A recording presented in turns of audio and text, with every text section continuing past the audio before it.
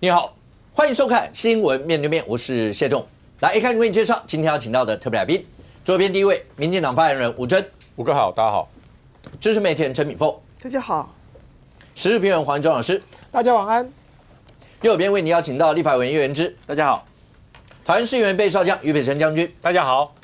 知识媒体人康仁君。大家好。好，那因为台湾的关系，那中日之间的关系越来越紧张了吗？那不只是有在环海之间的演习，甚或演习要延长，甚或中日之间的民间啊，你可以看得到，包括在民间上面也各自会有一些比较激烈的一些行为。那接下来呢？接下来要怎么样处理？老共到底在想一些什么？这整件事情未来发展又会怎么样？好，那除了这个地缘关系以外，对国内政治来讲，影响最大的一件事情是今天大家看到。国民党跟民众党主席今天蓝白会正式成型，蓝白会中间谈了一些什么？当然，字里行间里面对于未来蓝白之间要合作无间，一定要能够让全台湾人民过好生活，因为只有他们才能这样。所有的表达大概都在这一块。那对执政党民进党来讲的话，又该怎么样看待未来要面对2026、2028蓝白合之间的挑战呢？好，一开始让观众朋友看一下蓝白高峰会中间的过程，来。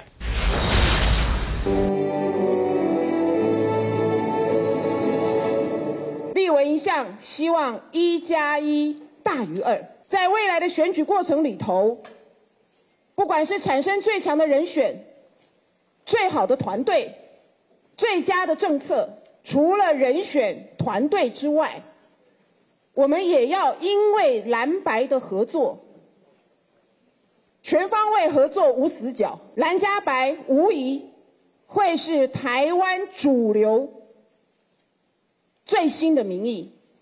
两党的竞争不是，也绝对不应该是零和的赛局。我们如何携手合作，给这块土地，给在这块土地上面生活的人民更好的政治，更好的期许。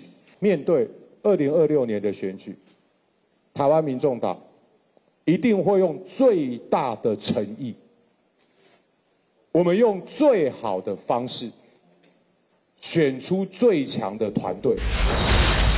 好，你看到蓝白各自的主席呢，都已经针对未来蓝白合，当然都讲了这话。好，当然大家都知道，词一定是这样。未来真正的合作的时候，双方能不能够合作无间，然后包括最好的人选、最强的团队、最佳的政策，所有这些，那中间。当然，实际的参选人要面临到的时候，那是第一仗。那对他们来说，又会是什么样一些想法？现在看起来的话，所有这些过程，蓝白各自阵营里面的人到底怎么想？绿营要面对到蓝白海啸的时候，又会是怎么样看待这一局呢？来，任俊，第一个以一个资深媒体人看到今天，从上一次大家看到蓝白合，上一次连都签了协议了，但是最后因为3%、6%结果破局。看到这一次。那这两党主席都已经直接喊出了，就不会再让这种事情发生，所以未来就一定就是这样走上了吗？老实说，今天这个会面哦，让大家非常期待啊。那这个整个的结论来说呢，我觉得也不出大家的意料之外。当然还是有一些小惊喜啊。所谓小惊喜，就是说，大家画面上面看到，这应该是主角，应该是郑丽文跟这个黄国昌嘛。你看大家送这个纪念品，各自都有含义啊。我今天。这个郑丽文哦，送给黄国昌的是一个非常大的一个陶瓷器做的这个盘子哦。对，我们要把前面先讲清楚，不能讲说送他一个盘呐哦，对，盘子这样。结果今天听这个吕家凯啊，非常认真去介绍这个盘子里面的寓意哦，包含到里面有什么2只鸟啊，什么什么的哦。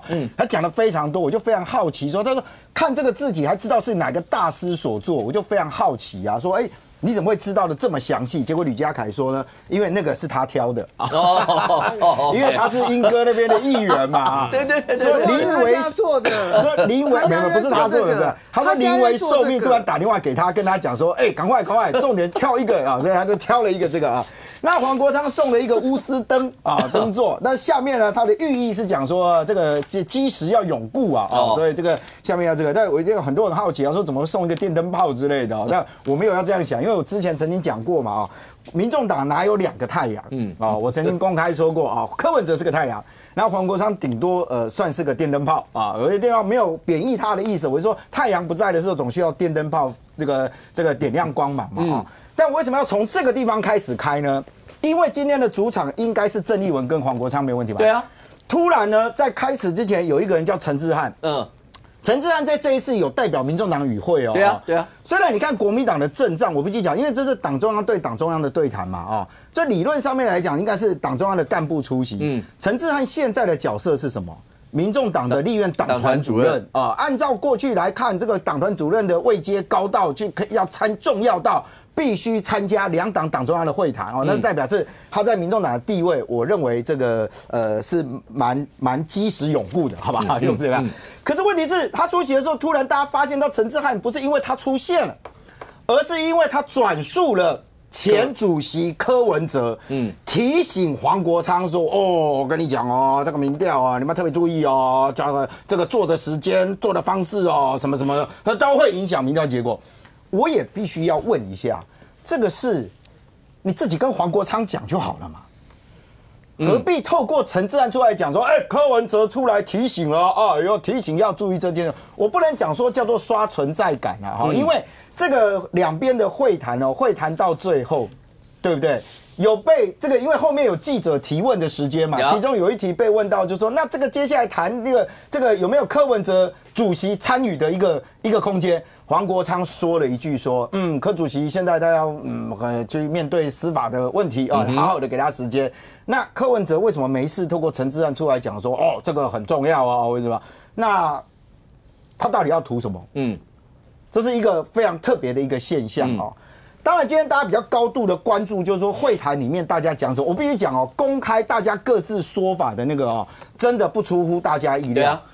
整个会谈的时间将近1个小时左右嘛大概有花了40分钟骂民进党，骂赖清德，骂现在的国家怎么样那这个也不出意料之外。但我觉得反而精彩的点是在这个所谓的记者提问里面。当然郑丽文有一个我也是不是很理解啦，因为他这个在个别表述这个心情跟看法的时候，突然提到说蓝白合作了未来的基础应该是比较类似像法国的双手掌制。那以台湾现在来讲，我们其实就比较类似像双手掌制。以前我们有被质疑说，难道就是双手掌制吗？是因为觉得总统没有办法直接受到监督。那郑丽文今天提这个，不由得让大家讲说，那你今天蓝白合作在双手掌的意思是说，一个是当总统，一个是做阁揆嘛。就你要把这个话讲清楚啦，不然的话外界会非常好奇嘛。因为当时我还记得那一战蓝白谈完了之后，柯文哲主席非常自豪的坐在那个位置上面，对不对我们讲好这个位置要那个，要这个位置，要这个要通通要这个位置。那被质疑讲说，你们是不是在分嘛？这一块导演也没有讲，但我讲就是说，今天的热点其实应该是在记者提问里面。我反而觉得记者提问里面回答上面，大家有比较明确的说法。第一个，所以你看这一次在这个会面之前有2个人出来讲话，一个叫做萧旭晨，一个叫做李乾隆。对于这一次到底2026的部分要怎么谈？你看大家都讲说我们不太谈细节，可是对民众党来讲，他当然期待2026要谈细节嘛。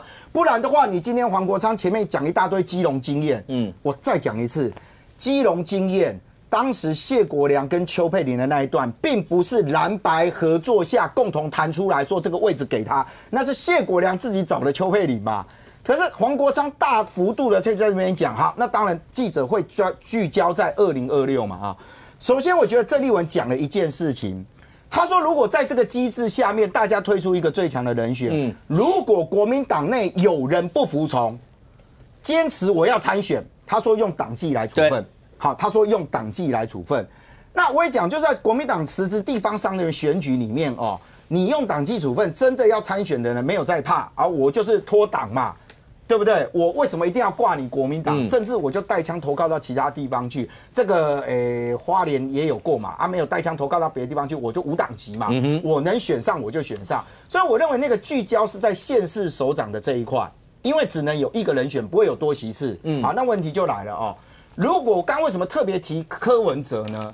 是因为如果大家再回来看，当时蓝白合作最大的败笔，虽然今天郑立委有提到一句要吸取过去错误的教训然后呢要找到一个更好的方法，可是你可以看到在当时是民众党不愿意接受那个最后的结果，他不愿意接受这个条件，而民众党是全党护住这一个互助什么？不是互助那个条件，是互助我坚持就是要参选，选到底。所以当年那个6%的东西一直吵嘛，所以你今天放出一个讯息说，好，我会严格要求我的党内，如果今天他在这个机制之下，他不愿意认同我党纪处分，2个党的合作问题从来不是你怎么对付自己的党员啊，是当他党他不愿意接受的时候，你怎么办？郑丽文不敢提，他也没有提。对不起，我修正一下，他不是不敢提啊，因为他提了也没用，那是别人党内事务嘛。那我就讲啊，那如果是这样的话，大家非常好奇是会不会再重演当年的那一次？黄国昌今天抛出一个议题叫做什么，你知道吗？希望蓝白智库可以对接，可以对接哦。郑丽文有说哦，他们开始要的，可是大家知道民众党的智库是什么吗？民众党现在的智库叫做新台湾故乡智库协会，对不对？听起来这应该是民众党的智库了吧？你知道智库的理事长是谁吗？柯文哲。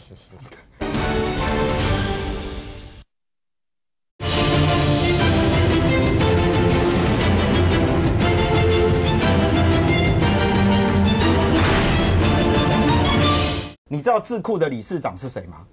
柯文哲。那我刚刚还在打电话确认这件事情。那请问黄主席口中的智库的对接，那是不是由这个智库出来做？因为他看起来是民众党的智库嘛。结果得到了另外一个消息，这个因为黄主席也没有讲得很清楚，这个事情也没跟党内说过智库也第一次听到啊。那如果不是智库，那很有可能就会变成是他们现在所谓的政策会。那政策会的东西就变成执行长变成是赖香伶。那柯文哲就完全被拖开。我觉得黄国昌想要形塑了一个，现在民众党的时代其实是黄国昌的时代了，不再跟柯文哲有关，不然他不需要去提一个，就是说，那以后柯文哲还是有他的司法面对，就让他好好的去面对司法。但柯文哲却透过陈智菡出来讲说，阿北很关心的这件事情，那阿北那时候是不用担心他自己的司法问题吗？所以我觉得这里面会牵扯到的，就是说黄国昌希望把所有的主导权跟所有的主控权放到自己身上的时候，那对于民众党内来讲，又有多少人理解黄国昌究竟想要做什么？好，那在国内，你不管是支持蓝营的、支持白营的、支持绿营的，那蓝白合这一次的会议，那你都应该要关心，因为它会影响到接下来2026、2028最实质选战的时候，到底各政党之间大家的分分合合会是什么样一个情形？吴峥跟元之2位在，那我们就直接来看。那前事不忘后事之师，先看看上一次的蓝白合的相关当事人，在这一次看到蓝白合之间的相关的一些柯文哲刚才人就有提到嘛，陈智菡有透露说，柯文哲善意的提醒黄昌，掌握整合的时间，希望双方建立真正可以沟通合作平台，处理民调设计份数这些时间，确保过程公开透明。尤其只有一个问题要解决，3%跟6%到底是什么样的一个数字？因为全中华民国内政都变统计学专家了，每个人都在讨论这件事。那对于蓝营当时，侯友宜一定是当时的当事人嘛，主将。侯友宜有讲的话里面有一句是说，其实如果合作只是一个表象，意义是不大，大家要真的能够捐弃成见。各政党太庞大了嘛，每一个人要选的，那万一你要讲要党纪处分，你不提我，那我本来就是人，这怎么办？所有这些到底该怎么处理？你不能处理他党，那自己党打孩子给别人看，那我要服气嘛？这些都是各政党在合作要处理的事情。林涛当时对海景第一排嘛，2024年人在海景第一排，最大的痛就是蓝白没有合，希望农历年前不止人选要出来，还要送2党的常会核定。林涛这句话应该是在农历年前人选要出来，因为有时间压力，农历年前一定有他的一个时间算，记得吗？白银说的是3月的一个时间，那林涛说农历年以前大家把人选要出来，好，那但是大家是1阶还是2阶不知道，但这所有这些，包括刚才蓝白阵营的主席，刚一开始就在镜头上面都有看到，郑丽文讲的话里面有一段，他特别提到蓝加白无疑会是台湾主流最新民意。因为1+1大于2，蓝白常讲的那句话，我6成，你4成，你们4成就是个少数政府，你们凭什么在这个过程当中怎么样？这你常听到一段话。那对于绿营来讲，绿营这里头，媒体上有报道一个绿营人士说，绿营里面近期做过一个沙盘推演的分析，经过2024没有整合的苦果，蓝营的来宾每次在节目里面都提到这一段，所以呢，后来出现一连串的连大罢免加上大罢免尝到合作的甜头，还有一段大罢免的过程，蓝营里面有一些党公职的人员在那里面面临到司法的问题，所有这一些。明年选战，民进党如果要分化蓝白，恐怕有相当的难度，势必得要自立自强。来，元之，所以对你们来讲，刚才讲的那几段2024的痛苦的经验，大罢免期间虽然全部都守住了，可是那个罢免过程，包括你们的党公职面临到这些，包括白营是柯文哲，还有罗志祥讲说，现在什么赖清德的追杀之刃，除了国民党以外，现在又要到黄国昌中间还有一个柯文哲。如果蓝营是这样说的，所以对你们来说，这些就是未来蓝白合坚不可摧的基石，因为过去没有合太痛苦了。对啊，但我先讲一下今天下午的那个会谈因为刚我来录影前有些来宾讲说怎么这么无聊什么的，那大家可能会觉得说他们会不会触及到那个选举？因为选举大家才比较想要听，其他都是一些阐述理念，大家不想听。可是本来。怎么会有这种期待呢？其实你看一下这个标题就知道了嘛。其实我们没有什么期待。比凤姐有期待。原来比凤姐有期待。没有，我是说他负责，他是整个政论节目的收视率都会影响到。没有，因为蓝白那么差，讲那么烂。这个标题版就是你看他第一个说在野党目前面临的问题如何整合力量嘛，他就是会讲说，哎呀，你看我们从去年开始，然后在国会怎么样合作，是不是就展现了力量？然后在野下一步为何合作？那我们为什么合作？两个独立的政党，而且基因都不同，今天怎么会走在一起？一定有一些外在原因嘛，就是民进党太烂了。然后再来就是政党不是零和游戏啊，地方选举的策略，这就讲一个大方向。关键在哪里？大家比较有兴趣的就是第4个啦，双方核心幕僚团队要对接所以所有的就是有关于9合1选举的，接下来都是幕僚作业，就是幕僚作业。那当然，我觉得现在大家一个体验很清楚，就2024那个时候在君悦那一场，其实开撕的非常严重。其实它影响的不是只有总统大选，后来没有办法整合，然后赖总统4成选上，其实立委也有影响啊。因为有一些选区蓝白合成功的，他就赢得很漂亮。比如说台中，因为那时候有卢秀燕，他跟蔡壁如他们在台中就是营造出一种蓝白合的氛围，所以像我们。几位也是新人，像什么罗廷伟啊、黄建豪啊、廖伟翔啊，他们都赢得很漂亮。那我们新北蓝白合就不能说算成功，所以大家就没有像台中这么一样。那就是那场开撕太严重嘛。其实那场如果不要开撕那么严重，大家保持一个友善友军的状态，小草们说不定在2024年有一些选区的国民党他也投下去啊。就那一场，我主持人都都杀红眼了，两个人打成这样，差点没有分手擂台了。是不是对啊？所以当然是会有影响啊。原之不要讲别的，那天的开撕啊，光那个时间表摆在那个地方，那个倒数计时有没有？已经等了多少个小时？那个一摆上去，我觉得那个后面大家真的就不用再谈了。那个态势已经是摆明了在逼着人城下之盟的那种感觉啊。态势就是很不信任嘛，好像就大家就是弄一个看谁可以得分，谁得分比较多，谁会失分比较多，就是很难合了。可是后果就是现在这个状况。比如说，我们这边这个李四川出去跟黄国昌比啊，国民党一直希望李四川嘛，这正常，因为我们这是我们党的，民众党一直希望是黄国昌，对不对？两个整合，黄国昌赢了李四川。啊，对国民党来讲，没关系，我们还是支持黄国昌，可是总是会有一点遗憾，因为李四川没有办法代表蓝白联盟参选，对不对？但是我们还是会支持黄国昌。然后呢，李四川就生气了，我要脱党，然后那个郑丽文把他开除党籍，大家觉得有可能吗？这不可能是嘛？所以那不然难不成是刘和然脱党参选吗？也不可能嘛，这算得出来啦。那个宜兰现在是吴宗宪跟陈婉慧。吴宗宪说：“哎呀，我输给陈婉慧，所以我要脱党啊！”吴宗宪连立委都没了，这也是不可能的事啊。屏东现在是那个林国成对上苏清泉，现在媒体是这样讲嘛？你觉得有可能林国成退党，或者是苏清泉退党？也不可能啊！而且我觉得蓝白现在有一个共识跟认知，就是民进党很不希望蓝白合，所以民进党会用各种激将法啊、酸言酸语啊，比如说故意讲说，民众党你都一直跟着国民党啊，你这小蓝哦，就在那边，就是其实他的隐含的意思就是。最好你不要当小蓝，如果你有一天觉得不要自己是小蓝，那就不要蓝白合那民进党就赚到。否则为什么我不知道为什么民进党一直在酸民众党，我不知道为什么了。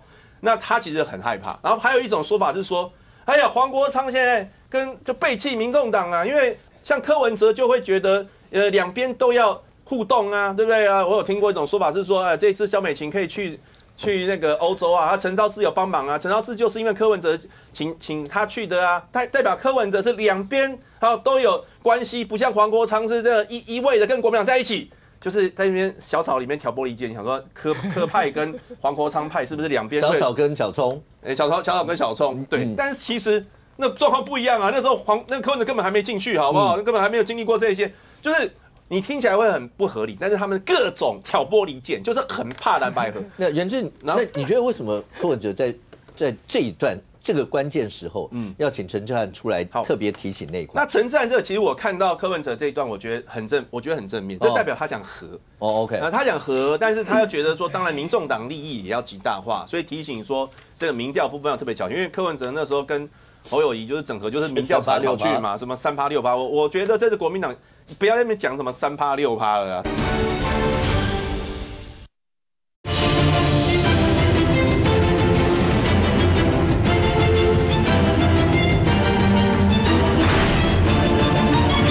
我觉得这是国民党不要在那边讲什么3%、6%了啊，对啊，就是大家就是公平的机制去弄啦，对，那这个我觉得合理，就是对柯文哲而言，他提醒这个东西合理，但是他这是想和的方向，是吗？想和他才会提醒，你完全不同意吗？不想和干嘛提醒？接仓巴嘛，当时就是因为这破局的啊，那你还干嘛在这种时候提醒？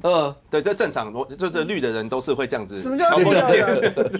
我今天穿什么色？那民众姐是善意的担心，但是我觉得不用担心。我才不担心呢，我担心什么？那民进党哈，比如说。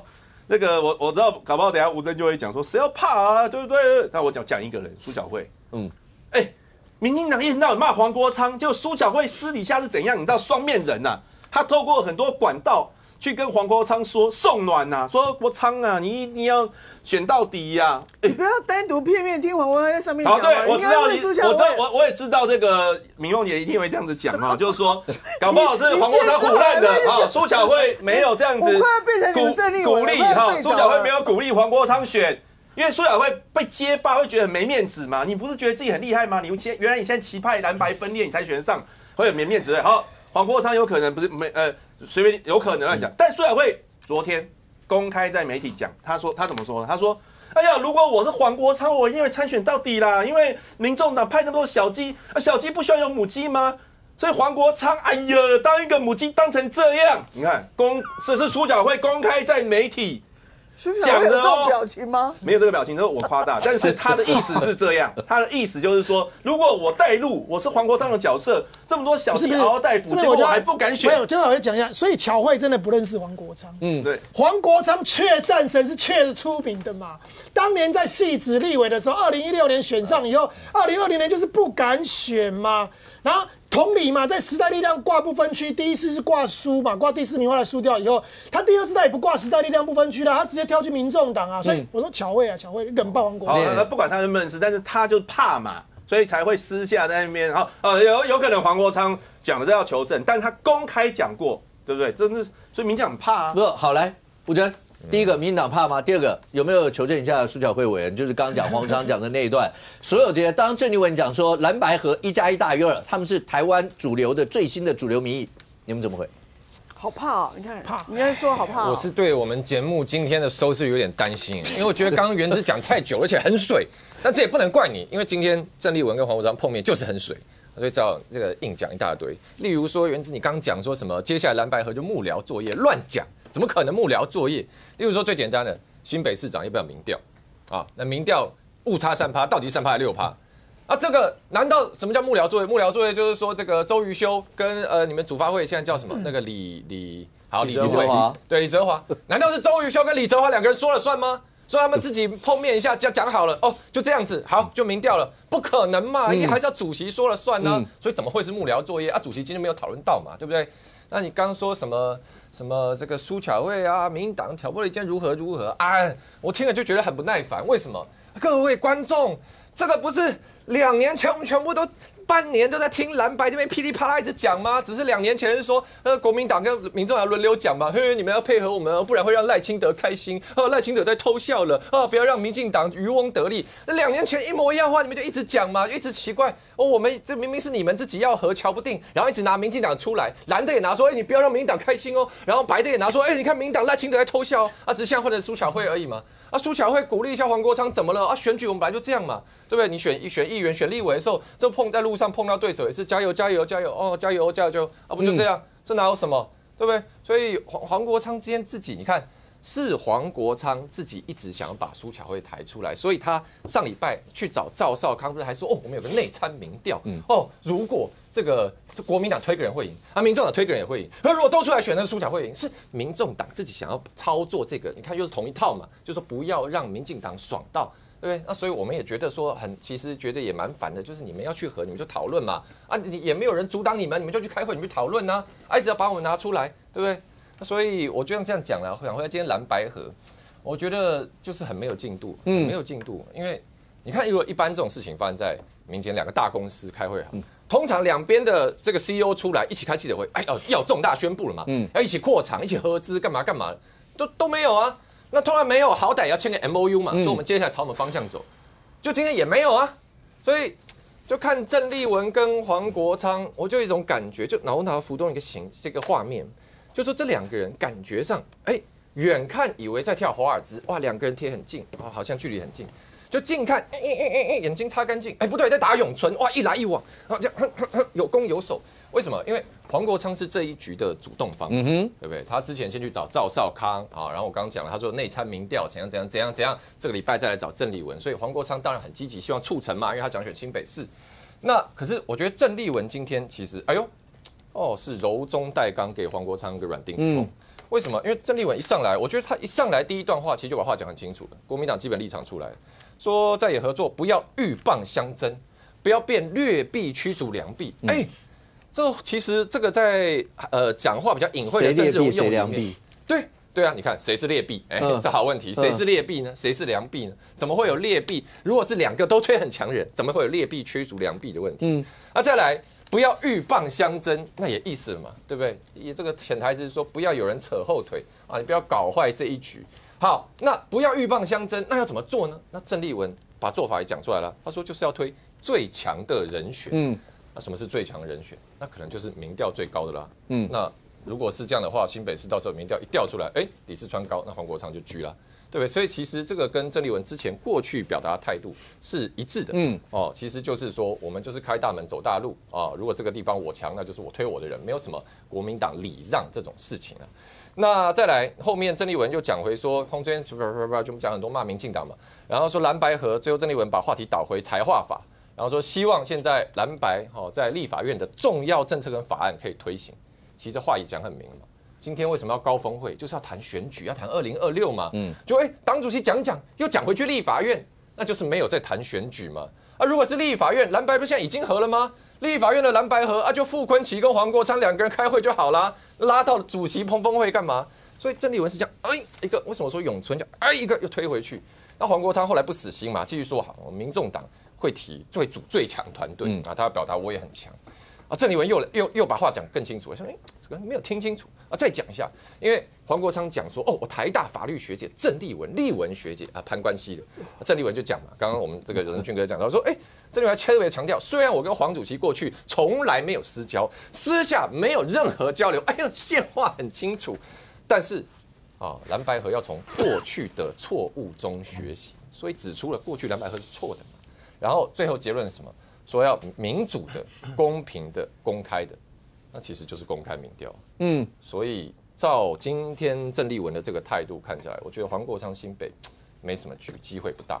不过最后有留一个伏笔，就是大家可以看今天媒体提问第一题，这个第一题很关键，因为第一题是忠实提问旺中系统当然是一个亲中的立场，那就提问了，问黄国昌怎么看这个郑丽文主席上任以后，两岸政策1国2区的概念，看你黄国昌敢不敢接嘛？你黄国昌敢不敢释出善意嘛？对不对？就是这个两岸立场是郑丽文重中之重嘛。结果黄国昌讲黄国昌讲说，我邀请台湾人民共同思考，与其在名词跟意识形态上打转，我们不如立下目标，我们要实现什么价值，我们要达成什么啊？啪啪！我跟他讲，如果黄国昌今天是在我们面对面讲这番话，五哥接下来就问了，所以黄主席你意思是什么？对，就啪啪啪讲一堆，黄国昌不敢回，没有接。所以我觉得，其实这个事情是某种程度上是国民党做一个球，看看黄国昌在两岸立场这件事情，你敢不敢来站下？有没有要挺郑主席？但黄国昌今天也打模糊，打太极，所以我觉得今天的结论看下来就是其实没有任何变化，事情没有任何更新。面凤，如果你自己看的话，从上一次蓝白合到这一次看这个蓝白合，刚吴峥讲的这些，因为两岸的意识形态这件事情，吴石那件事情的时候，黄国昌是直接讲吴石就是共谍，这是客观事实。显然这一列车他不上，他不会跟着走。那一国两区，如果照刚才讲的话，他没有要直接回答你任何有关于这一方面一些的问题。那对于蓝白之间这些，在未来会是大家谈的一个重点吗？柯文哲在这里面到底应该扮演什么角色？在这个节骨眼上，陈智菡去代表柯文哲发表这一段，还记得吗？上一次蓝白合，民众党柯文哲带的幕僚就是陈智菡，所以是从上一次一直到这一次，特别的发言有任何意义吗？当然有意义啊！我太上皇还在的，你要对我小心一点啊。那虽然那我觉得那个进度没有汇报完整，因为这个就是一个空壳子嘛，两个人见面然后没有什么内容，不用到太上皇这个时候出来讲，要等到签合约，然后那个民调要几%的时候，太上皇出来揭示。开示说大家那个民调的数字要注意的时候，那你这个时候出来，那你就叫陈智菡当场这样宣布，你叫黄国昌情何以堪呐？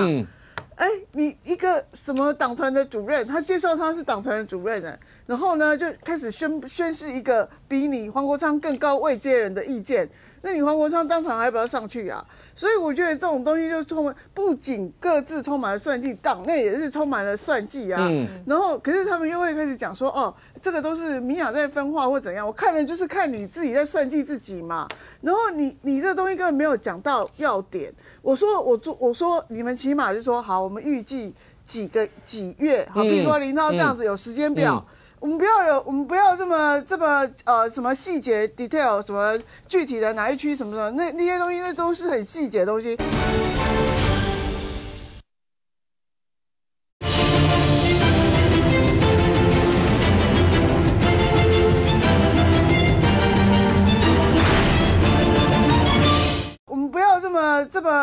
什么细节 detail 什么具体的哪一区什么什么那些东西，那都是很细节的东西。可是你大概有个时间表嘛，比如说年底前我们在完成一个什么样的整合，然后如果这些不能整合的时候，我们什么时候大概做一个民调，然后最后一个确定的时间点。如果他们有些基本的时间表出来的时候，我们才有相信他有具体走下去的可能性啊。今天完全在讲空话。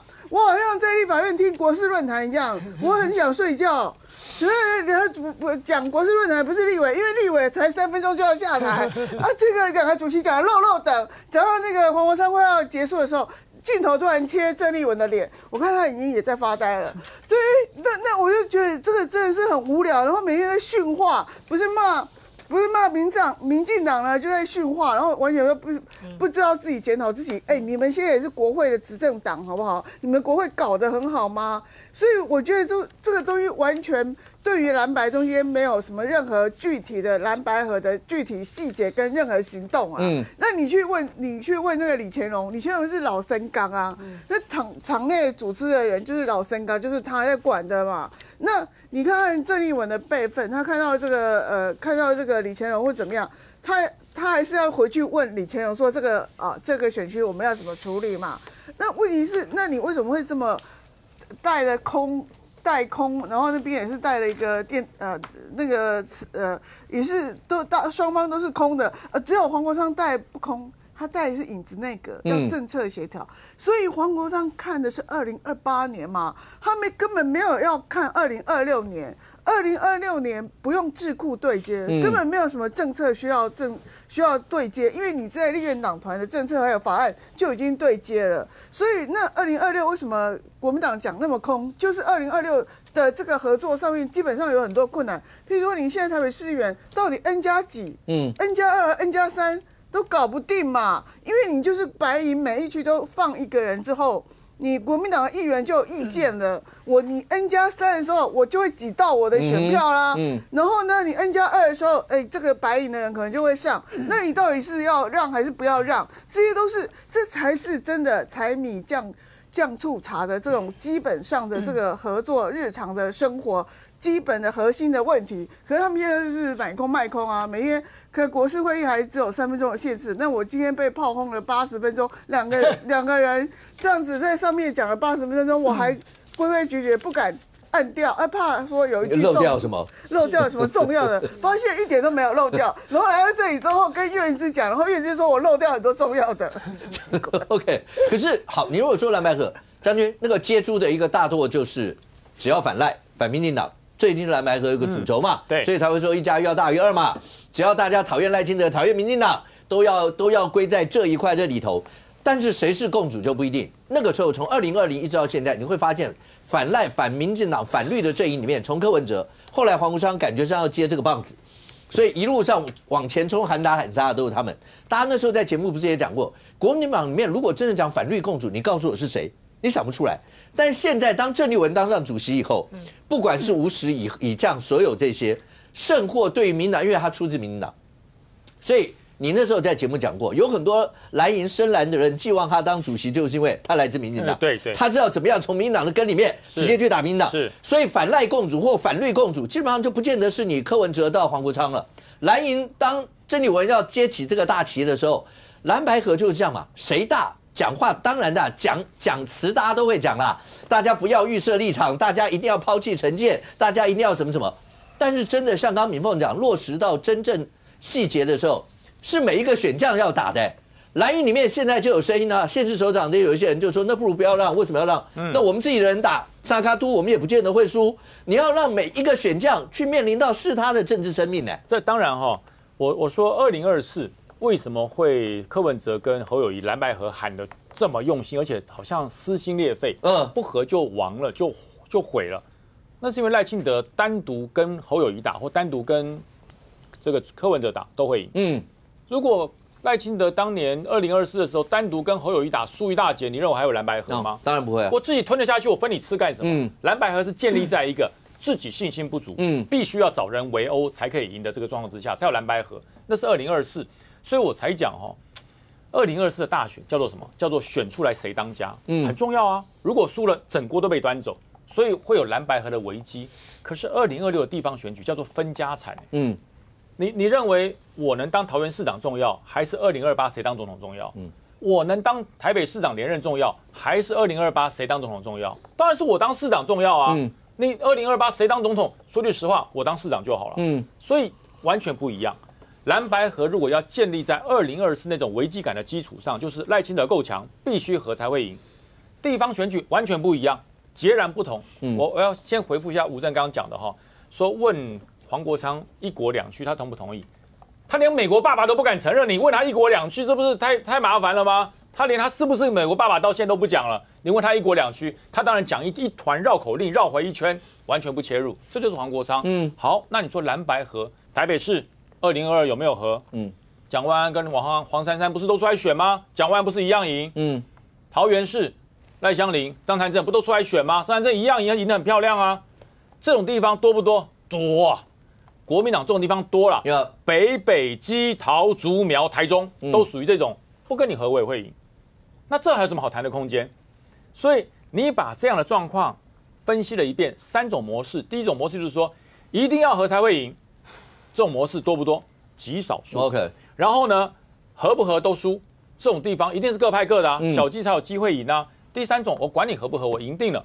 所以你说蓝白合在2026要怎么谈？那很多人说没有啦。那因为这样子和谈这个议员我可以让一席，我告诉你，议员1席都不会让。尤其是国民党是现任优先，你要让谁？对不对？就算我老了不选了，我儿子选可不可以啊？就算我有案在身，我不能够继续连任，我叫我女儿选不可以，我为什么让给民众党？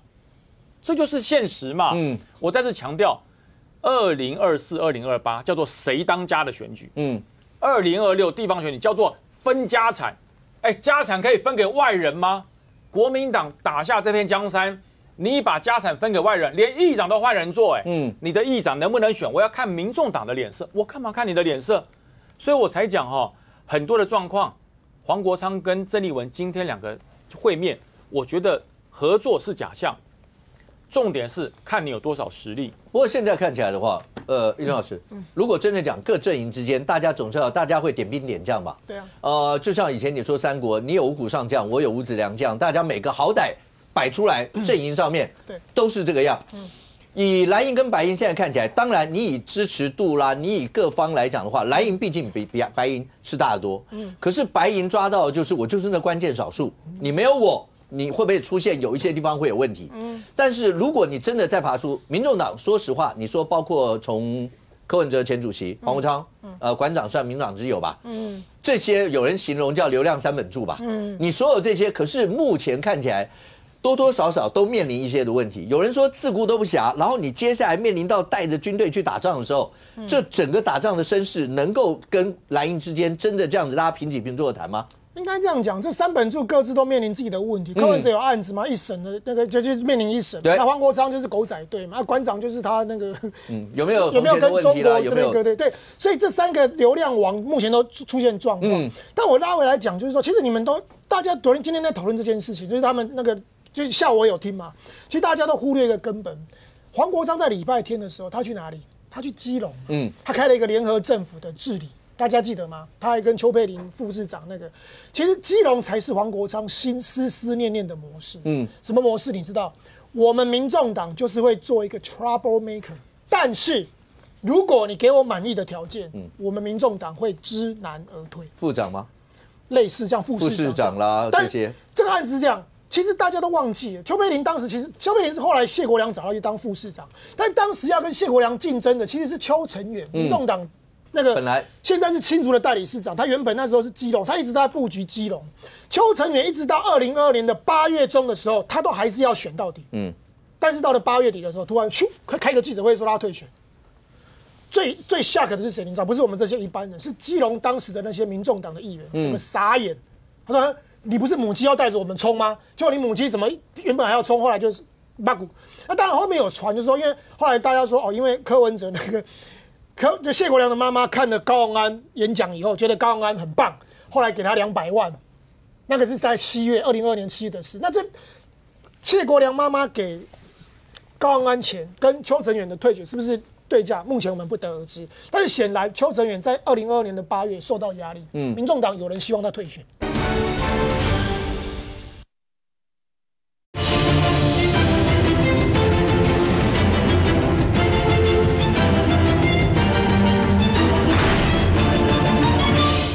显然，邱成远在2022年的8月受到压力，民众党有人希望他退选，而且我相信那个人应该是很大的，可能像主席这种等级的。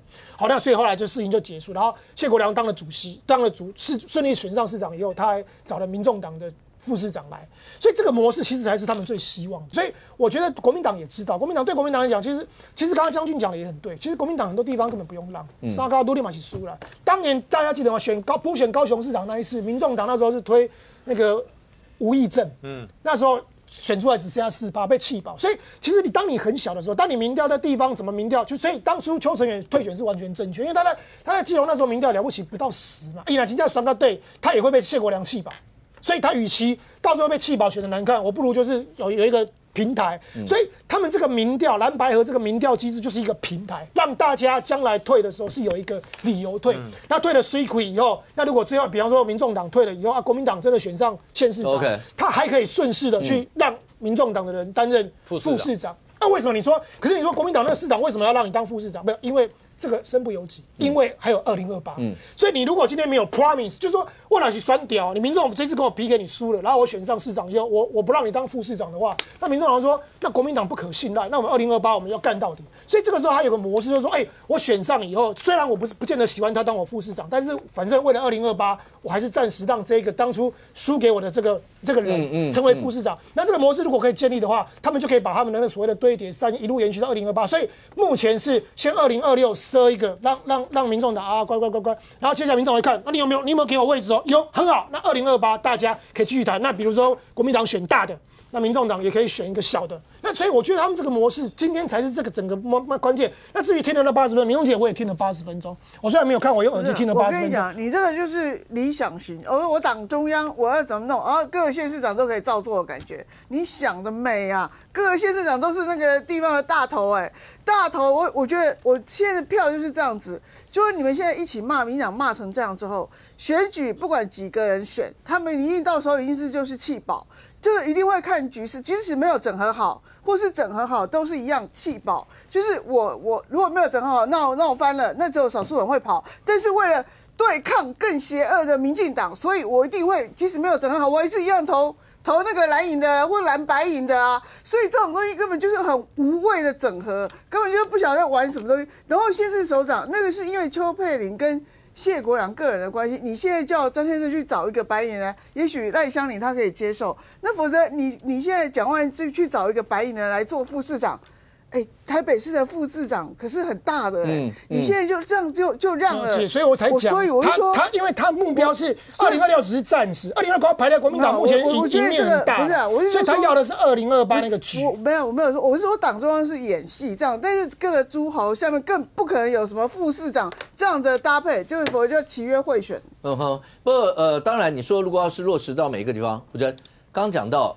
那现在看起来，民众党的流量三本柱多少都有一些的状况，而这些状况，好，譬如像，黄昌主席，黄昌主席，你说现在讲说新北，然后大家要不要什么什么？那如果照媒体讲的话，那检方会不会传唤？尤其2月1号以后，他们有立委的身份，这些像狗仔门的这些所有的那些状况，往下，李丽娟到底是扮演什么一些角色？其实这个只要如果一传的话，很容易就可以查得出来啊。所以现在这就是有趣的地方了，就是你看我们有讲到黄国昌不愿意上郑丽文1国2区这班车。那国民党你会这样子去衡量别人，去给人家打分数，然后在心里默默盘算，那人家也会对你做一样事情啊。所以其实你不用也不用特别讲国民党，因为到时候原是又说有见缝插针，就是任何人啦，任何人，我们现在看这个，包含看黄国昌，一定会有几个问题嘛，因为他现在也没有回答。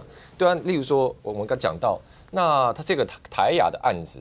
因为大家都同意嘛，如果你真的拿厂商的钱，然后你又帮他这个个案质询，你就是触犯贪污治罪条例。那这个事情黄国昌现在没给个交代啊，所以那他这个司法案子在身上是不是一个不稳定因素？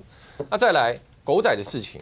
狗仔的事情包含黄国昌家跟李丽娟的关系，然后包含狗仔队，然后这凯斯国际是不是你是背后的主使者？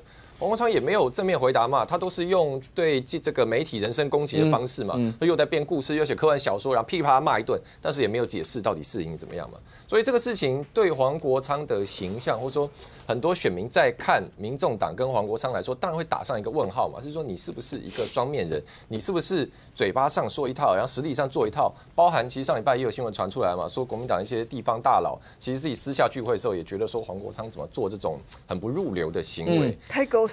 对，太狗声。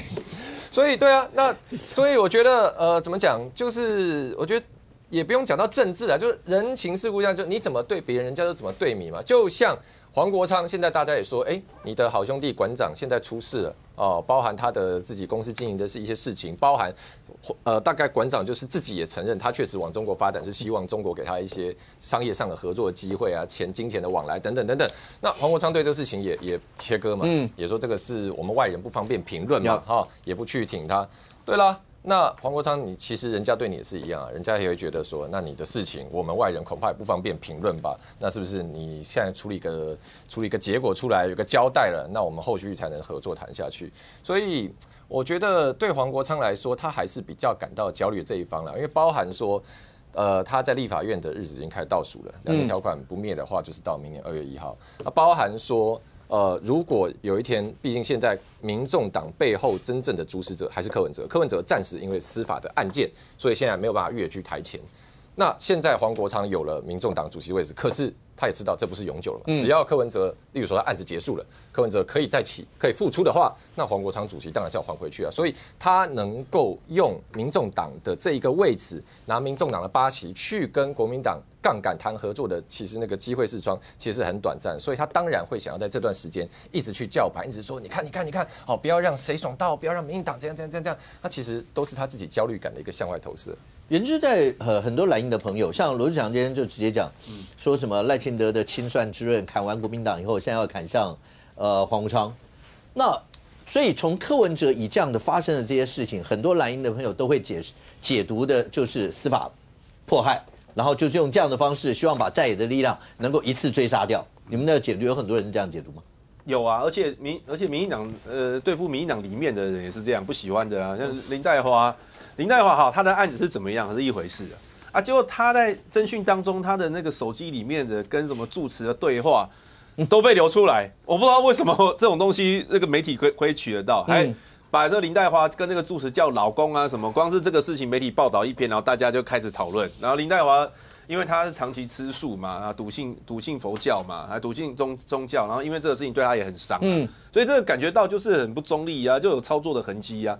对国民党是一样嘛，像这个黄国昌这个事情，因为他是他自案啊，他应该是说有人去检举，然后检方立案，那当然如果说查一查没有很不中立，然后当然这个事情可能就会过去。但之前就曾经有发生过，就是检察官在问案的时候，比如说柯案的时候，问案的时候就有诱导式的，就是一定要就是反复的诱导，然后让你一定要讲出什么样答案。这个以前大家都有讨论过嘛。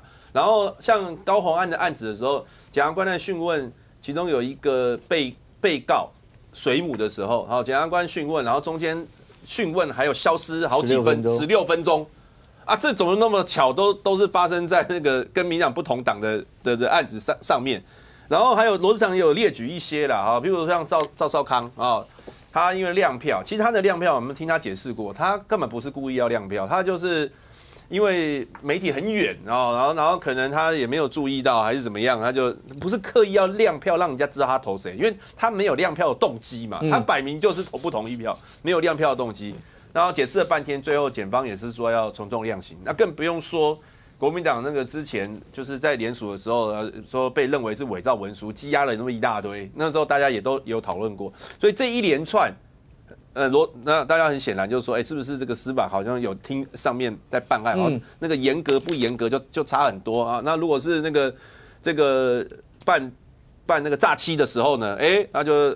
那个5万还是到70万之间就通通给交保对于这种伪造文书，到最后可能都可以一颗罚金的案子呢，都要用在大罢免期间都要用羁押，所以种种当然这个罗志祥今天是有发特别一篇呐，就是有表达一下。吴家要不要直接回应一下？民进党直接伸手在司法里面，用司法的力量追杀所有在野。或者这个问题，我觉得也讨论到烂了嘛。那其实我讲2个简单事就好了。就像之前这个柯文哲是用粉专讲就是袁志刚讲这套什么检察官讯问，检察官不正什么消失的时间如何。可是之前在柯案审理的时候现实就是当事人彭正生，他后来也没有表达异议啊。对不对？柯文哲一直用粉专红出来说检察官对彭正生恐吓威逼利诱如何，没有就彭正生后来本人说没有就是态度很好我那个中间一段时间因为我身体不舒服要去吃药什么当事人就说没事了嘛你们一直要那边强调说检察官对他如何，彭正生本人就说没有这个事情，然后后来对袁志刚还提到你们那个伪造文书案的事情。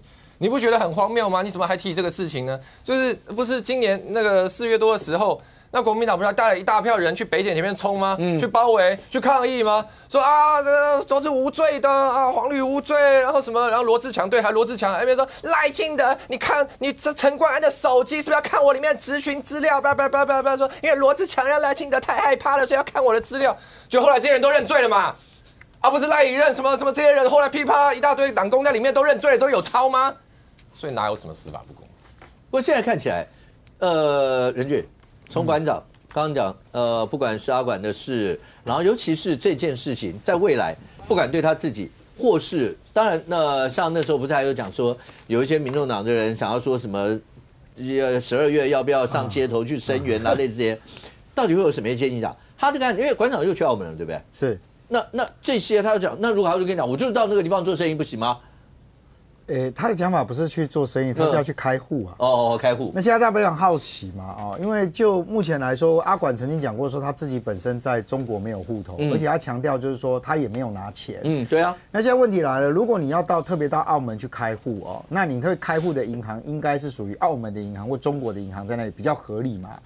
那如果今天你在这个中国境内，他们自己所辖管的这个银行里面开户，未来对于所谓的金流的部分，那就会变成是中华民国的化外之地。因为国民党、民众党都强调中华民国还是我们的这个国家嘛国民党现在也是这样强调。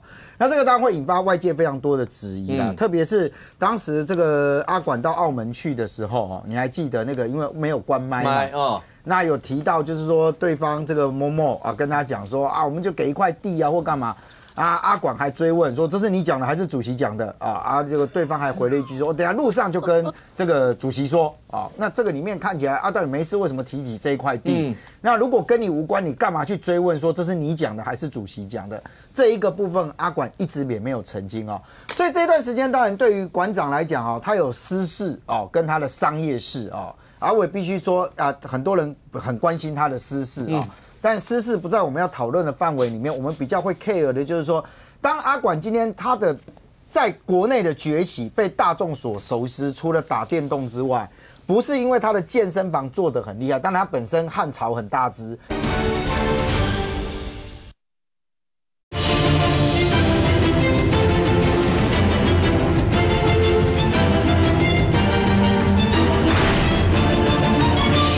馆长在过去的这一段时间里面，他暴露在这个大家的形象里面，他是做大善人的。到海军陆战队捐赠这个健身器材，对不对？博得了非常多的掌声我身为一个退役军人我也觉得阿管当时愿意做这个事情，我觉得也很棒我不会去抹灭他。可是对于他们新店因为窝里反里面大家吵出来的时候，这些股东的他们的说法是，钱是我们在出。东西是由公司的这边出去的，结果名声全部在你馆长的身上，全部成就了你。那到底有钱没钱？老实讲，我觉得可能对于股东来讲，他们现在也非常纳闷。如果按照馆长的说法是，我也都没有钱，我这边也都做得不好，请去参照那4个小时的录音档私事不用听别的就他这里面一直在强调，就是说其实他是个外强中干的角色啦。我讲白一点啦。馆长自己讲，我就是外强中干嘛？你们看我好像过得很好没有我这边都欠钱，我每个月都这样欠到最后突然说，没有，这好歹如果按照光这一家公司光这个成吉思汗健身馆跟铁木真健身馆，光这2家公司来讲，你可以看得到，它整个的资本额总计是5400万扣除阿管自己的300万之外，有5100万阿管要把它买回来，更不要讲其他这么多公司，你阿管都要来。那现在会质疑的，其实不是我们在质疑啦，反而是他们内部的这一些所谓的他以前的大师兄谁总监什么，开始去质疑说，请问阿管，如果你没有跟中国拿钱，那请问这些你的钱从哪里来 ？OK， 钱这些问题对不管是政治人物，或者是对跟政治有涉猎的一些人来讲，一直都是大家最担心的一些事情，或最小心的一些事情。那一定要清清的楚楚、明明白白的这些。而这个过程，除了这个以外，另外刚提到像譬如1国2军这种意识形态的东西，对政治人物来讲，如果要再往上大位，一定会面临到这样一些的检视。但敏凤对蓝营来讲，从50年是引入到现在，或郑丽文。今天是郑丽文上任，从11月1号到现在20天左右。那中间除了吴石以外，他们的那位中常委，以前大家都不知道叫什么名字，那现在一战成名嘛，何英禄。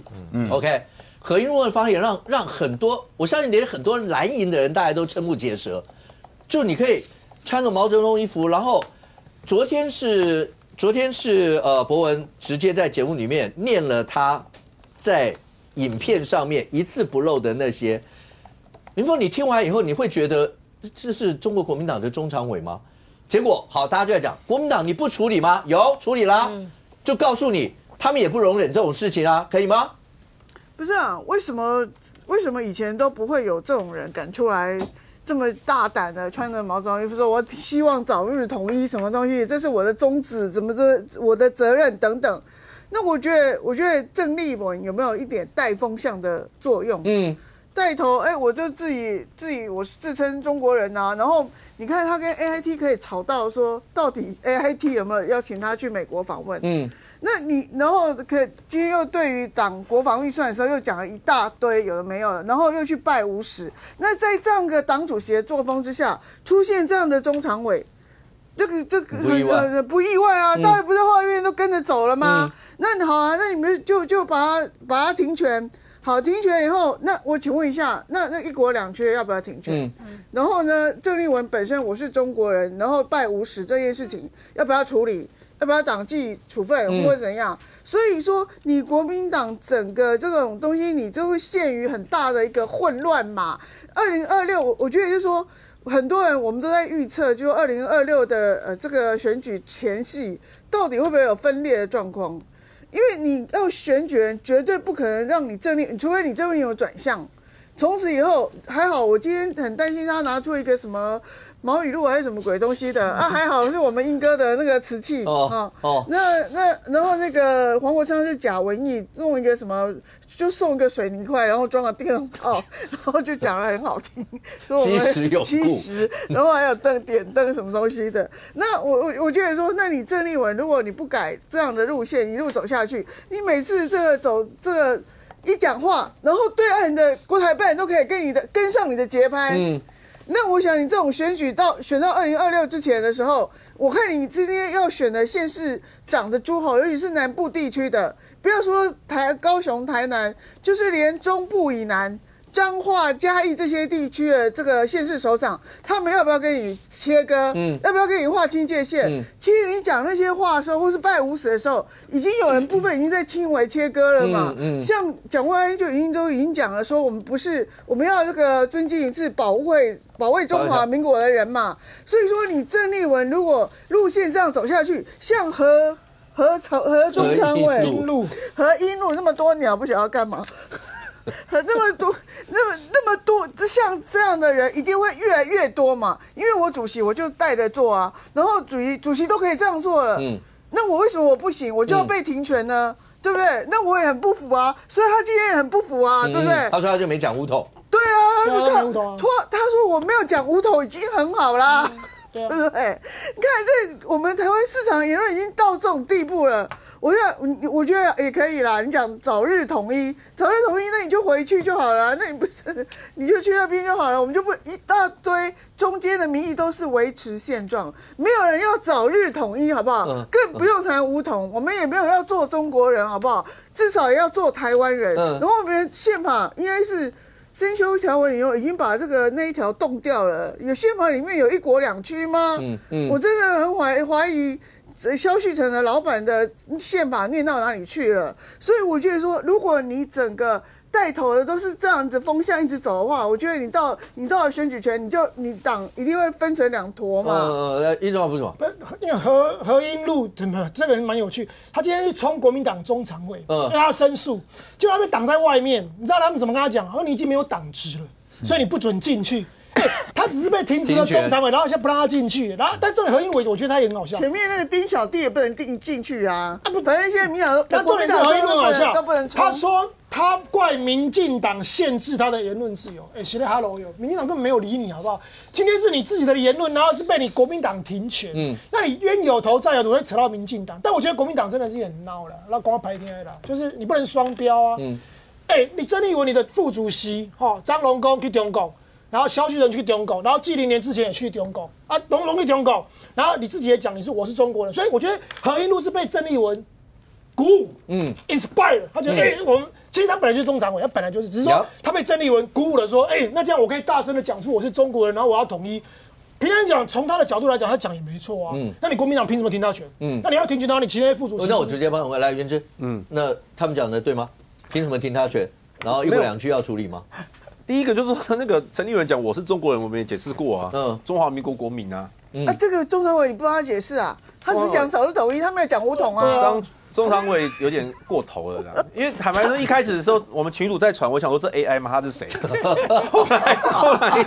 后来他们就说，真的有这个人，真的有这个人。而且你听那个内容，你一定没办法接受吧？对啊，没有，我觉得那个真的还是有超过那个界限啊，就是你连帮他解释都很难帮忙解释，所以当然我觉得国民党做出很明快决定，因为这个一国两区是不一样的。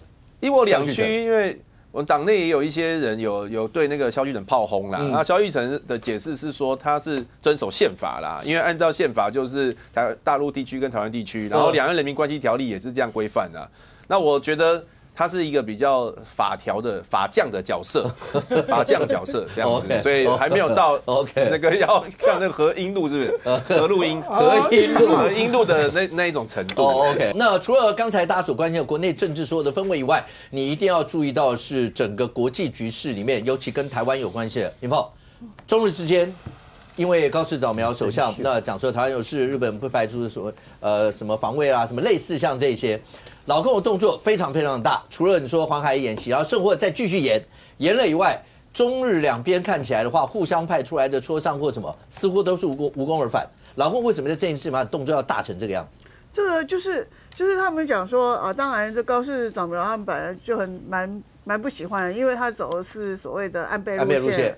可是问题是，真正的原因是10月底的时候，习近平刚开放了一连串对日本友好的政策，结果高市早苗就这个讲这句话，好像就是亲自打了习近平的脸。他们在意的是这一点，因为习近平在6月的时候就开放了所谓进口这个日本的水产，然后延长这个中国人到日本的这个签证的期间，那这个都算是对于这个日本释出一个好意。结果没有想到高市早苗突然就讲说台湾有事，日本就有事或怎样，所以双方就剑拔弩张的升高了这个态势，因为这个中国的脸可以不要，但习近平的脸一定不能不要嘛，所以就开始打起来了，打起来就是现在就已经开始这个进口，这个新华社的报道还是共同社的报道，就说日本的水产又进了，又开始进了，然后这个双方这个在联合国那个中共的驻联合国长久一个大使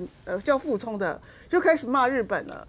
就说你们这日本人怎么样不能根本没有资格对于自己的责任没有尽到什么一个知晓的责任，根本没有争取安理会的一个资格，然后再来就有很多采取这个杯葛行动，就是很多人的机票就突然被取消，不能够去49万，对啊，那损害都是中国的那个飞机啊，那个航空公司嘛，那你这样就是，然后现在双方对就叫说，现在好像日本社会好像有中国人就直接打日本人了。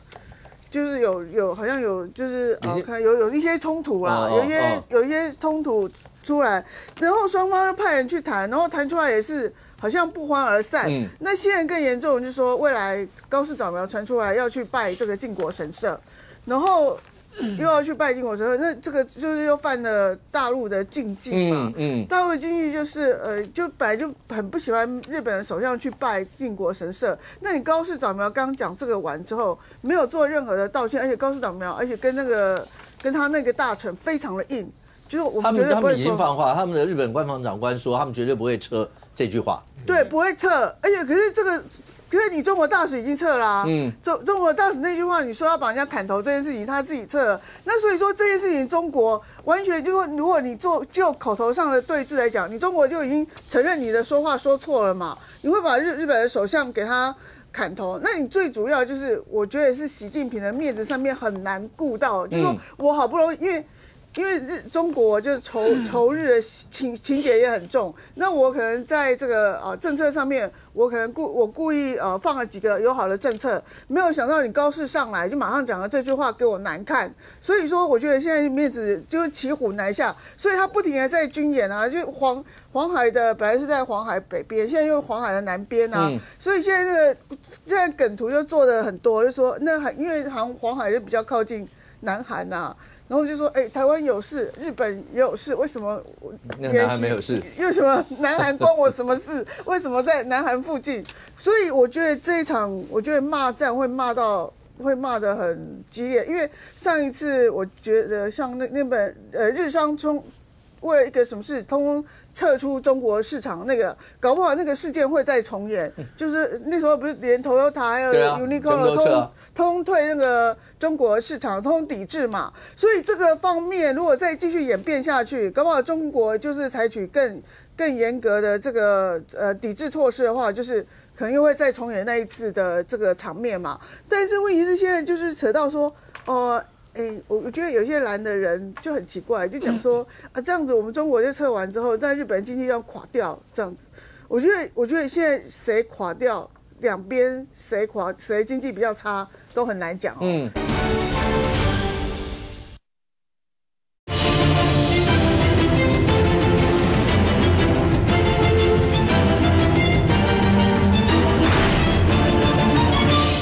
的日商为了一个什么事通撤出中国市场，那个搞不好那个事件会再重演。就是那时候不是连 Toyota 还有 Uniqlo 通退那个中国市场，通抵制嘛。所以这个方面如果再继续演变下去，搞不好中国就是采取更严格的这个抵制措施的话，就是可能又会再重演那一次的这个场面嘛。但是问题是现在就是扯到说，我觉得有些蓝的人就很奇怪，就讲说这样子我们中国就撤完之后，在日本经济要垮掉这样子。我觉得现在谁垮掉，两边谁经济比较差都很难讲哦。日本已经脱离那个通缩的时代，他现在也在担心通膨啊，什么东西，那个经济也是在起飞，反而是你中国的经济在往下行所以说我觉得就是说这个东西就是未来会扯到多么多商业方面的话，我觉得这个态势就会很大了。我觉得因为现在看起来的话，因为两边日本有派他们的就是处理包括跟中国大陆之间的事务到中国大陆去谈，只是后来传出来有一张照片嘛，大家都有看到中国的官员不是手摆在口袋里面这张照片，然后大家就在讲好，那小粉红一定很嗨。那可是也有那个记者，大家出来解释那个现场一些状况。从这个你就会知道，大家各自会利用各自在自己内部大内宣的时候，告诉大家，因为像高市早苗这个地方讲完以后，日本就发布一个民调，高市的民调还在往上爬，已经快70%左右。所以各自都会觉得好，现在就变成这样，大家就火车对撞吗？应该说，为什么中国这次要大动作，跟面子有关，跟里子也有关呢？就是应该说，中国现在当然它的最大的战略目标，习近平的所谓中华民族伟大崛起，要跟美国竞逐印太地区的霸主的角色嘛。那其实以军事上的整个结构来看，中国大概在2027到2030年这一段时间会有相对的优势，因为包含中国现在有这个很多的极音速，我们讲的极音速反舰飞弹、导弹飞弹这样的武器。好，那美国这一块过去比较少投入，所以要追上来要一点时间。那然后包含说美国国内的国防工业其实生产进度落后啊，然后现在要重启也要一段时间。所以我们看到说，川普其实包含在跟日本、跟韩国谈合作的时候，都有提到说希望借重日韩的造船能力嘛，所以这是整个大局。所以对中国来说，它现在在太平洋相对有局部优势的时候，高市早苗讲的台湾有事就是日本有事这句话对他来说就很刺了。因为如果日本发挥他在区里面一个积极的角色例如说当中国如果要对台湾海峡采取封锁的时候，日本是基于美日安保条约是愿意来协同军事行动的可以把基地拿出来让美国用的，如何包含说我们看到韩国现在可能要做这个核潜舰等等，这样对中国来说，它就会让它的优势极大程度的被消减嘛，所以它现在要把很大的行动堆上去，希望吓阻日本这边态度，这是第一点。那第二点当然我们也提到嘛，说中国是一个他擅长去操弄国内的这种民族主义的情绪，来让稳固他的执政基础。所以刚刚武哥讲到这张照片，就是我们看到这个是日本驻北京的这个驻北京的代表那来跟北京这边中方要来去做一个协商啦，当然是讨论一些近期的事情。那中国呢就释出了这张照片，那我们看起来这个穿灰色衣服的是中方代表，穿西装的是日方代表。那我们如果单看这个画面，会觉得说，哎呦，好像左边这一个中方代表是很高姿态，手还插后面然后这个日本的这一个代表就这样子，哎呀，好像毕恭毕敬在听训所以网络上小粉红就嗨翻了嘛，哈哈。小日本来听训什么本来还想跟我们嚣张的进去被训一顿出来这样这样子那小粉红就很开心。不过其实这完全是一个看图说故事因为后来日本的外务省也发新闻稿说，他们其实到里面是跟中国讲3个事情。第一个就是我们讲的说高市首相的立场就是代表日方立场，不会撤回。第二个还在抗议这个之前中国驻大阪总理是薛健的言行，要求你中国要给个交代，你要把它调回去，或是你们看怎么处理，总之要给个交代。第三个是抗议说中国最近说日本治安恶化，根本没有这个事情，我们好得很。所以其实日方的他的正式的外交辞令是硬的，是要求你中国给个交代的。但是因为包含说两边语言不通的关系这个大概就是因为中间这一个人其实是翻译嘛，所以其实日方代表一边在听这个中国人讲话的时候要靠近这个翻译，然后来了解一下意思。那中国的代表就故意把这个姿态做得很高这样好像这个好像手插后面，好像在这个跟小日本训话，怎样。所以其实你可以看得出来，这大概是一个有意为之的啦，就是中国就故意也弄了一个这个戏啊，然后让这个中国的媒体拍出去，然后形塑一个哇，我大中国现在威风的不得了。所以可是问题是说，大概中国接下来，我认为因为基于刚刚我们讲的原因啊，它大概可能接下来还会有进一步持续升高的施压动作。包括我们看到现在中国就说要进日本的农产品啊、渔产品啊，然后日本的和牛也要给你进啦，等等。所以日本的这个经济安全大臣小野田就讲说，如果我们太依赖这样一个动不动就要把经济当作武器带来去施压的国家，其实也是危险的。那我觉得这个确实讲得很好啊，因为就是说国与国之间有摩擦，有这个要处理，或者说甚至你说争执要协调，这都难免。可是我们基本上不太会看到像中国这种做法，动不动就要拿经济来当成武器，什么意思？例如说之前美国跟全世界谈关税也谈得很不愉快也谈的这个大家剑拔弩张，互相呛但我们也没有看到，例如说，那欧洲突然说好，现在开始所有欧洲人不准去美国了，也不会美国人说好，现在开始所有人都不可以去欧洲了，不会嘛？大家你要谈关税，大家各自来上谈判桌谈判，不会把我国内民间的交流已经在做的生意然后这个国人之间来往全部绑架变成为一个筹码，然后就要逼你就范。那更何况你说高市这次怎么了？其实他就是在国会殿堂上讲一句话，川普还克你关税，还真的要付钱呢。高市就是讲一句话，中国现在把所有东西堆出来，我禁断你的东西，我不准我人过去，我要逼你道歉，就是很流氓的心态嘛。那这个东西当然跟我们有关啦，因为台湾就是在这个等于我们也在这个暴风圈之中嘛。因为安倍讲到是台湾，这个高市讲到是台湾有事，所以这个事情里面包含说，大家也看到说，这个是这一位本来以为是网友，后来有人去查出来，这一个发文有没有？这个网友他的发文就在骂这个高市早苗说高市早苗哈，这个长得很像《进击的巨人》一个动漫里面的等于就是非人类了然后说他是不是很嘴丘啊？基本上就在对高市早苗做一些外貌羞辱。那后来说发现这个人是国民党的党代表叫做李子瑜。好像说他跟洪秀柱的关系非常的密切好像说是洪秀柱的干女儿这个样子，所以其实我觉得这个跟我们刚刚讲那个何英路事件有点类似嘛，就是说你可以看得出来，这一个所谓李子瑜党代表，他的立场当然是非常的亲中，很站在中国这边，然后很红的一个立场嘛，就看日本不爽这样子。那这些人是不是包含何英路、包含李子瑜，现在都受到了郑丽文路线的鼓舞？他觉得我们就是要帮大中国讲话，就是要中华民族要大团结这个小日本就要这样骂下去，对不对？所以我觉得其实大家时间拉长看，也可以看到国民党的路线其实一直在转移，96年飞弹危机的时候，李登辉是登报嘛，他说中共要威胁我们的和平如果你不这个希望我们的自由被破坏的话，请支持2号李登辉等一下这样。然后2008年马英九选总统的时候，他也登报说坚决主张台湾的未来台湾人自己决定我们还扬言要抵制北京奥运。可是到了现在，到了何英路这个时间，何英路已经说我有没有讲武统？我讲合统讲合统错了吗？所以就国民党已经偏到，就是说你从一个坚决捍卫自由民主，然后主张台湾主体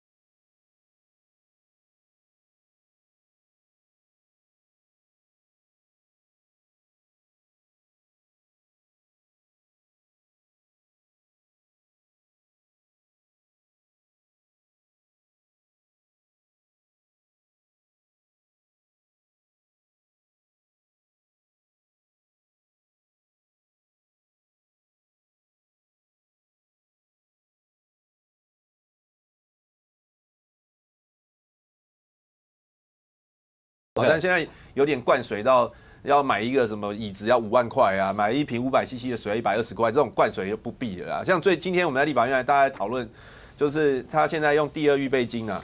4000多万，然后还要加上1000多万的派送的费用，去发1100万本的全民安全指引，用第二预备金。我不懂为什么要用第二预备金，这种东西你可以编在明年的预算啊，你可以用啊，大家来讨论这个该发不该发嘛。还有就是说，他一定要用。好棒哦，你转题哎，你把中日转到那就是他现在就是各种方式嘛，每个家户要投一本，就让你感觉到我们就是要打仗。它里面的内容告诉你讲说，如果你看到军人的话，因为你第一时间很难辨别他是解放军还是国军，所以先闪再说。所以感觉好像哇，现在已经要到那个台湾已经要进入到巷战时代，而且这是很快的就要进入状况。如果元志刚刚讲的将军，那老共因为这几天媒体有讨论到，美国也有一些智库的一些建议，说老共到底会不会有所谓攻台的一些时间表？因为大家那时候一直在讲2027会不会是，那他们也讲那个时间可能往后推迟，可是那时间也不太远。老共真的会是这样吗？甚或美国智库有直接讲，如果老共不是会封锁吗？那台湾的船干脆就挂美国旗，挂美国旗，老共基本上也不打。那能够破封锁，我们现在已经开始在讨论到这样了吗？大家有没有印象？有一段时间哦，美军的船舰一直在老化跟减少。为什么会老化跟减少？认为没有战争。所以美军的航母很久没有更新咯。为什么近5到8年之内，美国开始重启航母再造计划，开始重启极音速飞弹的研发，开始重启各区域的一个区域链的一个重组？因为威胁，谁威胁？中国。中国的威胁比俄罗斯还大，这是实话。否则美国干嘛花这么多的国防预算？美国国防预算是中国加俄罗斯，这吓死人的。为什么要这么高？因为中国的威胁。那大家可以看，这是美军驻韩司令，少数有驻外司令是陆军的。这位布朗森上将是陆军的哦。为什么驻韩司令是陆军？他是印太地区唯一跟中国衔接大陆不用坐船的地区，就是南韩。所以他说，我们长期以来，我们看岛链战术、看印太战术，都是看日本、台湾、菲律宾这个岛链，他们所强调是用围堵的方式，把中国的军力围在第一岛链之内。他说，你别忘了，有一个跟中国陆地几乎直接接触的地方叫做韩国，所以韩国这个地方它不是岛链之外，而是把岛链直接改变，从围堵改成攻防兼备。他的这个位置，为什么他要把这个整个岛成这样来看？他说我有一个这么好的前锋，一支箭就插在这里面，你怎么不去用它呢？你还硬是围在外面。当这个箭头插在里面的时候，如果他的战力够强，他根本不让中国的船只出来。所以你要善用这个位置。所以海军的这个作战部的部长也讲，他说对，韩国可以考虑加入核子动力的潜舰。就是可以让整体的黄海、渤海变成中国出不了海的一个封锁点。那这就是整个美国的战略的改变嘛，因为中国不断的强化它的军力嘛。那另外，美国国会说要让台湾不要又一下又说2025、2027、2035、2049，其实什么时候会攻台？其实我在军中，包括我现在在议会很多的议会同仁都问我，他将军到底中共会不会打我们？什么时候会打？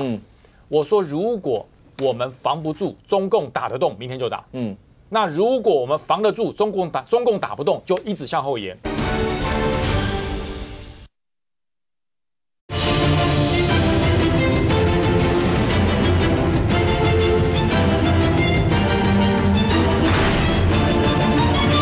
韩国可以考虑加入核子动力的潜舰，就是可以让整体的黄海、渤海变成中国出不了海的一个封锁点。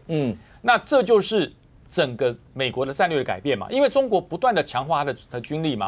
那另外，美国国会说要让台湾不要又一下又说2025、2027、2035、2049，其实什么时候会攻台？其实我在军中，包括我现在在议会很多的议会同仁都问我，他将军到底中共会不会打我们？什么时候会打？我说如果我们防不住，中共打得动，明天就打。那如果我们防得住，中共打不动，就一直向后延。那我们要如何防得住呢？强化我们的战备嘛。然后美国也帮我想了很多，就是说，如果台湾最怕被封锁，封锁怎么办？可不可以让台湾的商船挂上美国的旗帜？这是美国人想出来，不是我们想出来的哦。如果真的这样做的话，中国敢不敢打？中国有3个不敢打。第一个，我的军力没有跟台湾造成悬殊平衡打破的时候，他不敢打。还有这个平衡嘛，我打了不见得会赢，我的军力这个现代里面，说不定习近平的政权就被拿走了。第二个，我不要惹美国，尽量不要让美国进来参战。美国进来参战的话不好打。第三个，不要让印太牵进来。中国最怕这3件事，所以他们一直强调叫反介入作战，就是要隔绝这3个问题。最后我讲。很多人在问，为什么台湾要增加国防预算？为什么赖清德要增加国防预算？我再强调，增不增加国防预算，决定权不是在赖清德，是在习近平。如果习近平不要一直这样子穷兵黩武，这样子威胁台湾的话，我们干嘛增加国防预算啊？把这些钱拿去弄民生多好。和平不是谈出来的，如果可以，蒋介石就谈了。和平是实力扛出来的。好，现在看起来的话，如果一路往下的话，包括我们的国防预算的问题，在未来包括朝野之间在立法院，那会是怎么样的一个攻防？大家都在看这一段。可是除了这个以外，眼下在立法院跟行政院之间就是财划法这件事情。财划法这件事情，因为它关系到包括中央跟地方，包括所有的财源的一些问题，所有这些都在这个里头。元真看起来。因为卓院长也之前讲了，说是因为你们立法院开战，所以他才不得不备战。他讲的那2段话，有点像是当时庐山的时候，那地不分东西南北，人不分男女老幼，牺牲不到最后关头，还有包括和平不到绝望之类似像这样。所以意思就是，看来立法院蓝白之间因为民进党在立法院的人数比蓝白来的少嘛。可是行政院现在态势也很强，所以未来真的会火车对撞吗？我先解释一下卓荣泰昨天为什么这样讲，说是立法院向行政院开战，不得不开战。其实他是在跟傅昆萁吵架啊，他有一点，我觉得恼羞成怒啦。因为昨天傅昆萁他播了一段赖清德总统在当台南市长的影片，说赖总统当时当市长的时候也说。要赶快修财划法，如果不愿意修财划法，就是中央要集权集钱。因为所有的统筹分配税款，后来随着每一年的那个增加，中央已经分到75%了，地方只剩25%。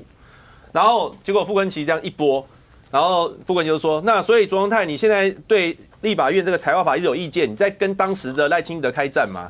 然后卓荣泰就说：“是你立法院跟行政院开战，行政院不得不跟你立法院开战，就跟那8+9在吵架一样。”但是实际上，我觉得这个事情是大家可以就事论事的啦。因为一开始本来就是讲要修财划法，这20-30年，包括民进党的县市长都在讲的事情。那这个可以讨论啊。可是每次只要比如说当民进党在野的时候，希望修财划法，然后当中央的时候呢，又这个事情就不提了。好，那我们现在蓝白修了，那大家就等于是帮你那时候赖清德市长完成你当时的心愿啊。那接下来事权或各方面细节，大家就坐下来好好谈嘛，这个没有什么开战不开战的问题嘛。那中央后来，因为我们通过财划法之后，中央用了一个巧门，然后他就是通常地方拿到中央的补助拿到中央钱有3种嘛，就除了统筹分配税款，因为财划法是让统筹分配税款变多，它中间还有一般性补助款跟计划性补助款。就中央的做法是没关系，你统筹分配税款变多，那我一般性补助款就少给你，或计划性补助款少给你。有些地方就变成说。统筹分配税款增加了，但是一般性补款变少了，变成说从中央拿的钱也没有比较多，即便是财划法过了也没有比较多，所以上个礼拜我们才又在修法，修成说，那你一般性补助款不能够低于前一年，就是让地方在拿到统筹分配税款比较多之余，一般性补助款跟计划性补助款也不会变少，这样才有办法让地方的财政增加嘛。然后现在卓院长又讲说啊，这样子你如果这样子的话，那我们付出去太多。我变得会超过举债上限，这个预算我编不出来，然后什么编不出来？你其他不该花的钱少花点就好了嘛。我就随便讲一个，台湾 Plus 这个当时蔡英文总统讲说要打造英国的跟英国 BBC 还有日本 NHK 一样这么有名的公有媒体，结果呢几十亿花下去了，被监察院纠正说完全没有效益，明年还是照样编10亿啊。然后像一些民进党比较喜欢的题材的剧，每一剧哪个不是易来易去的？还有中正路改名呐，或什么之类的，其实你有一些不该花，或者是轻重缓急，可以排到比较后面的钱。中正路改名有花吗？还有编啊，没有编啊。那个刘世邦讲说什么钱都可以省，中正路改名一定补助啊，没改，对不对？所以没有他有编嘛，所以你这个你看轻重缓急不该花的扣一扣，因为不用举债这么多啊。OK， 来，我觉得不是这是这样子啊，就是说。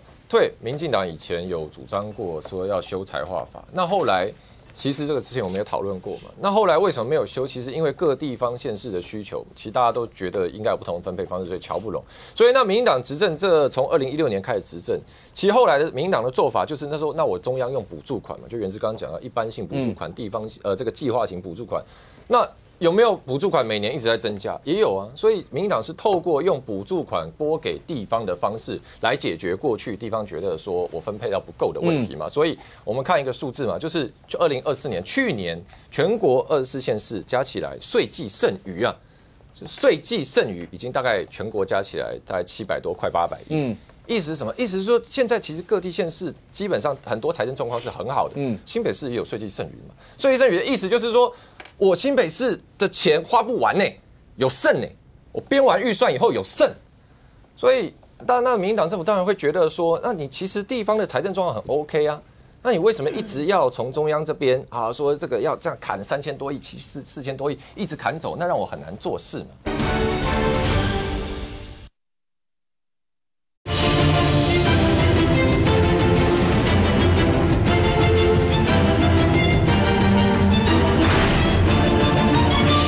来，我觉得不是这是这样子啊，就是说，对，民进党以前有主张过说要修财划法，那后来其实这个之前我们也讨论过嘛，那后来为什么没有修？其实因为各地方县市的需求，其实大家都觉得应该有不同的分配方式，所以瞧不拢。